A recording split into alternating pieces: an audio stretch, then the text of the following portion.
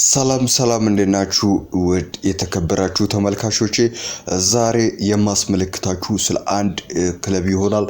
እሱም አርሰናል ነው። አርሰናሎች ይህን የፊት መስመር አጥቂ ተጫዋች የሆነውን ስሎቫናዊውን ተጫዋች ቤንጃሚን ሼሽኮን ለማስፈረም እጅጉን ከመንጊዜውም በላይ መቃረባቸውን ፋብሪዚዮ ሮማኖ ትላንት ማምሻውን አካባቢ በኢንስታግራም ገጹ ላይ ፖስት አድርጓል። አርሰናሎች ቤንጃሚን ሼሽኮን በ60 ሚሊዮን ፓውንድ የዝውውር ሂሳብ የማስፈረም ፍቃድ ከላይፕዚግ አግኝቷል። በዚህ ሳምንት የተለየ ነገር ማንሰማበት ሊሆን ይችላል። ከዛ ግን ከሰኞ ጀምሮ ባሉት ቀናቶች ግን ስምምነቱን ለመቋጨትና ሼሽኮ የአርሰናል አዲሱ አጥቂ እንደሚሆን የሚረጋገጥበት ጊዜ ሊሆን ይችላል ሲል ፋብሪዚዮ ሮማኖም ተናግሯል። አክሎም ፋብሪዚዮ ሮማኖ ከሰኞ እስከ ሐሙስ በርካታ ስብሰባዎች በቤንጃሚን ሼሽኮና በወኪሎች እንዲሁም ከላይፕዚግ ጋር ውይይት ተካሂዷል። ስምምነቱንም ለማጠናቀቅ አርሰናል ከክለቡና ከተጫዋቹ ጋርም በድርድሮች ላይ ጥሩ እድገት እያሳየ ይገኛል። ይህ ስሎቫናዊው ተጫዋች በአርሰናል ከዚህ ቀደምም በእነዚህ ሁለት ዓመታት ውስጥ እንደሚፈልግ እንዲሁ ስሙ ከአርሰናል ጋር በተደጋጋሚ በዝውውር መስኮቶች ላይ ሲነሳ የሚገኘው ተጫዋች ነው። ይህ ልጅ ደግሞ በአሁኑ የክረምት የዝውውር መስኮት ወደ አርሰናል ያቀናል።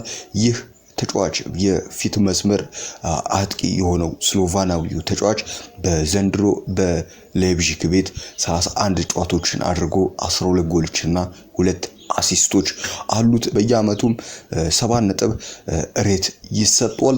ይህ ልጅ አርሰናሎች የፊት መስመር አጥቂ ቦታቸው ላይ ይቀርፋል ብለው ያሰቡት ተጫዋች ነው። ከዚህ ቀደምም አሌክሳንደር ኢዛክ፣ ቪክተር ዮኬሬሽን ሲያማረጡ ቆይተው ነበር።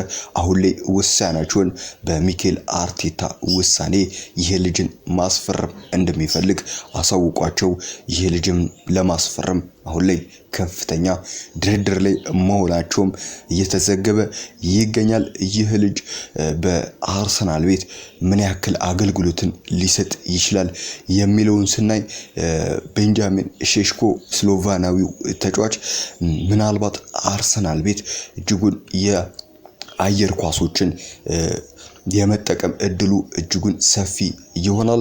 ይህ ልጅም ቁመቱ 1 ሜትር ከ95 ሴንቲሜትር ይረዝማል። በአርሰናል ቤትም እጅጉን ከፍተኛው ረጅም ቁመት ያለው ተጫዋችም ይሆናል። ከክሮሶች የሚነሱ ኳሶችን የአየር ኳሶች ላይ ጥሩ እንደሆነ እንደዚሁ ስታቶች ይገልጻሉ። አርሰናሎችም እንደዚሁ የአየር ኳስ ላይ ጥሩ በመሆናቸው በቡካዮ ሳካና በዛ መስመር ላይ በሚኮርሱ ክሮሶች ላይ ቤንጃሚን ሼሽኮ ጥሩ አጋጣሚ ያገኛልም ተብሎ እንደዚሁ ይናገራል። ይሄ ልጅም ከኳስ ጋር ምርጥ የሆነ ተጫዋች ነው።